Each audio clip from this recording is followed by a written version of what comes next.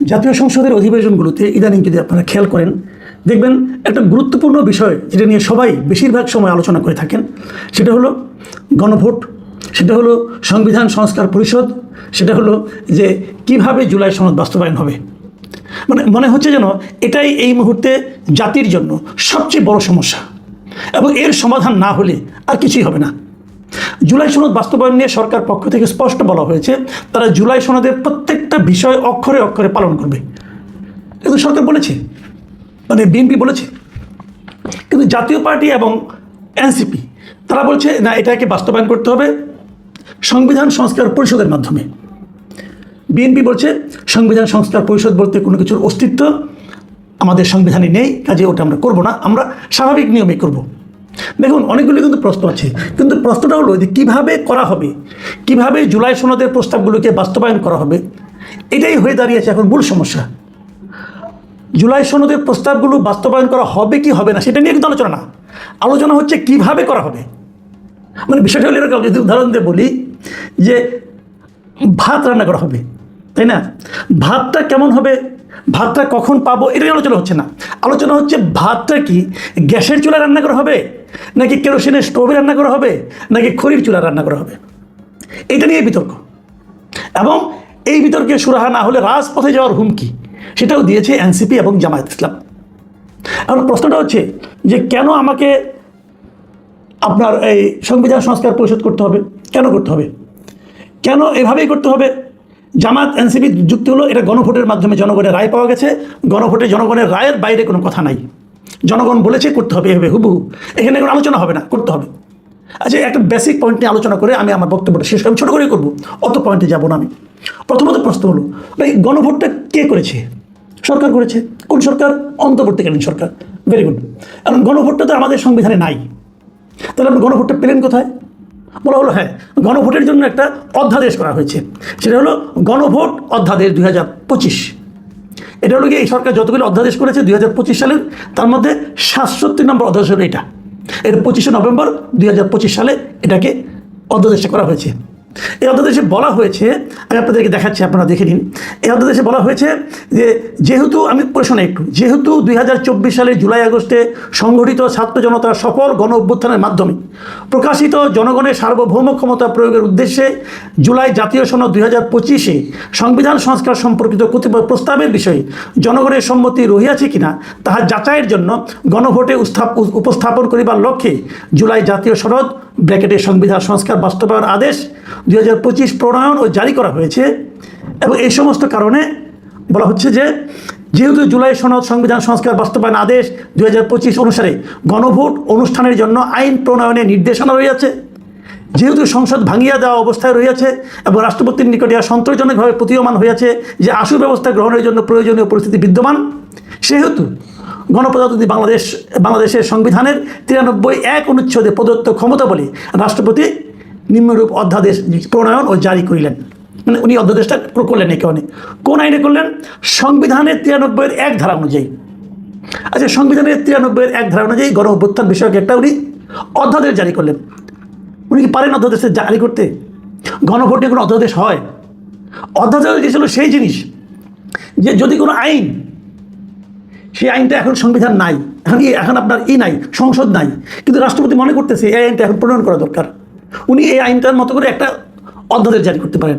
যখন পরবর্তীতে সংসদ বসবে তখন এই আইনটাকে ওনারা, এই অধ্যাদেশটাকে ওনারা আইনে রূপান্তরিত করবে সিম্পল মেজরিটির ভোটে। মনে রাখবেন, সিম্পল মেজরিটির ভোটে, মানে 151 জন বললেই হবে আইনটা।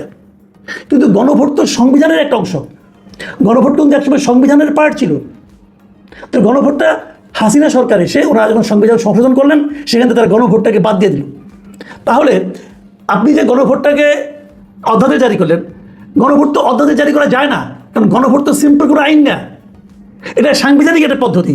এটা করতে হলে জাতীয় সংসদের 2/3 লোকের সাপোর্ট লাগবে। যেটা করতে সংবিধান সংস্কার করতে হবে, সেই জিনিসটা তো রাষ্ট্রপতি অধ্যাদেশ জারি করতে পারেন না, সিম্পলি পারেন না। অধ্যাদেশের নিয়মটাই হলো এটা। দেখেন অধ্যাদেশ কীভাবে অধ্যাদেশ হয় সেটা আপনি আমি পড়ে শোনাই। এই যে 93(1) বলছে না, 93 একটা আপনি শুনেন। সেটা হলো কোনো সময়ে রাষ্ট্রপতির নিকট আশু ব্যবস্থা গ্রহণের জন্য প্রয়োজনীয় পরিস্থিতি বিদ্যমান রহিয়াছে বলিয়া সন্তোষজনকভাবে প্রতীয়মান হলে তিনি উক্ত পরিস্থিতিতে যেরূপ প্রয়োজনীয় বলে মনে করিবেন সেইরূপ অধ্যাদেশ প্রণয়ন ও জারি করিতে পারিবেন এবং জারি হইবার সময় হইতে অনুরূপভাবে প্রণীত অধ্যাদেশ সংসদের আইনের ন্যায় ক্ষমতা সম্পন্ন হইবে। কিসের ন্যায় হবে? সংসদের আইনের ন্যায়, সংবিধানের ন্যায় না, কিন্তু সংসদের আইনের ন্যায়। মানে সংসদ যখন যেভাবে আইন প্রণয়ন করে সিম্পল মেজরিটি দিয়া, সেরকমভাবে যে সমস্ত আইন করা যায় সেই আইনের মতো একটা কিছু উনি সংবিধানে উনি অধ্যাদেশ জারি করতে পারবেন, অন্যগুলি পারবেন না। কেন পারবেন না সেটা আপনাকে বলি। এরপরে আছে যে তবে শর্ত থাকে যে এই দফার অধীন কোনো অধ্যাদেশে এমন বিধান করা যাইবে না, কোনগুলো যাইবে না? যাহা এই সংবিধানের অধীন সংসদের আইন দ্বারা আইনসঙ্গতভাবে করা যায় না। মাথায় রাখবেন, যেগুলো সংসদের আইন দ্বারা করা যায় না সেগুলো অধ্যাদেশেও করা যাবে না। তো আপনি কি সংসদের সিম্পল মেজরিটি দিয়া, সিঙ্গেল মেজরিটি দিয়া আপনি গণভোট করতে পারবেন? যারা আইন সম্পর্কে যারা মিনিমাম বুঝেন তারাও জানেন এটা আপনার আইন দ্বারা গণভোট কোনো আইন না, এটা আপনার একটা পদ্ধতি যেটা সংবিধানের সংশোধনের দরকার হবে এটা করতে গেলে। কাজে গণভোট নিয়ে কোনো অধ্যাদেশই তো রাষ্ট্রপতি জারি করতে পারে না। কাজে ওই অধ্যাদেশে ছিল অবৈধ অধ্যাদেশ, এবং ওই অধ্যাদেশ যদি এখন তারা রেটিফাই করে এই বর্তমান সংসদ, তাহলে তারাও ভুল করবে আইনগতভাবে, এটা সুপ্রিম কোর্টে গেলে বাতিল হয়ে যাবে। মানে আমি যতটুকু বুঝি ভাই, আমার কমন সেন্স দিয়ে বুঝি, আমার কমন সেন্স ভালো না হয়তো বা আপনারা ব্যাখ্যা দেন পাল্টা, দেখি কীভাবে দিতে পারেন সেটা একটু শিখি। কাজে আলটিমেটলি কথা হলো কি, যে আপনারা যে গণভোটটা করেছেন, গণভোটের যে রায় নিয়ে আসলে তো চিল্লাচিল্লি করছেন, হাউকাউ করছেন, এটা টোটালি একটা অবৈধ কাজ ছিল। এখন বলবেন যে অবৈধ একটা বিষয়, এটা নিয়ে তাহলে ভোট হয়ে গেলো কেন? ডক্টর ইউনূস গাড়ি জোরে করছে, আলী রিয়াজ এবং ডক্টর ইউনূস দুজনে মিলে এই উদ্ভট জিনিসটা জনগণের উপর চাপাই দিছে। এবং শুরু থেকে যখন গণভোট তারা করে, শুরু থেকে আমি বলে আসছি এটা একটা অবৈধ কাজ, টোটালি একটা অবৈধ কাজ। আলী রিয়াজ এবং ডক্টর ইউনূস গং এরা জোর করে এই জাতির উপর চাপিয়ে দিয়েছে, এবং সেখানে করতে যে কোটি কোটি হাজার হাজার কোটি টাকা তারা অপব্যয় করেছে, অপচয় করেছে। এটা ঘাড়ে ধরে আদায় করা উচিত আমি মনে করি। এটা অপচয় করেছে একটা, এবং সেই অপচয় করতে যে তারা গণভোটের পক্ষে পুরো প্রশাসনকে লাগিয়ে দিয়েছে, ওটা হলো আরেকটা বেআইনি কাজ করেছে। এবং প্রত্যেকটা প্রশাসনের ব্যক্তি যারা সঙ্গে জড়িত ছিল ওদের শাস্তি হওয়া উচিত। এটা কেউ বলতেছে না এখন, আমি তখনও বলেছি যে শাস্তি হওয়া উচিত, এই সব ডিসিদের শাস্তি হওয়া উচিত, মিনিমাম 1 বছরের জেল হওয়া উচিত। তো এগুলো করেছে ডক্টর ইউনূস, গাইড জোরে করেছেন উনি এবং তার এই বন্ধু আলী রিয়াজ, এগুলো করেছেন। এই জাতিকে কাজতলা দেখা গেছেন একটা। এখন ওইটার জোরে জামাত এবং এনসিপি বলতেছে যে এটা বাস্তবায়ন এইভাবে করতে হবে। ভাই, যার আলোকে আপনি গণভোট করছেন ওইটাই তো অবৈধ ছিল। তো এত জোরে কথা, আপনারা একটা সনদ করেছেন, জুলাই সনদ, দেখেন সেটা বাস্তবায়িত হয় কিনা, দেখেন সেটা বিএনপি করে কিনা। যদি না করে তখন আপনারা বিএনপিকে ধরবেন, তখন মাঠে আন্দোলন করবেন, তখন আন্দোলনে কিন্তু মানুষ আসবে। যদি বিএনপি জুলাই সনদের মূল বিষয়গুলো বাস্তবায়ন না করে তখন আন্দোলন করেন, আমরা থাকবো আপনাদের সঙ্গে। কিন্তু এভাবে হয় না ভাই। এই আবদার করলেন, কান্নাকাটি করলেন, হুমকি ধামকি দিলেন, রাজপথের ভয় দেখালেন, ভাই এতে কিছু হবে না। এবং এটা একটা অবৈধ কাজের জন্য আপনারা করছেন।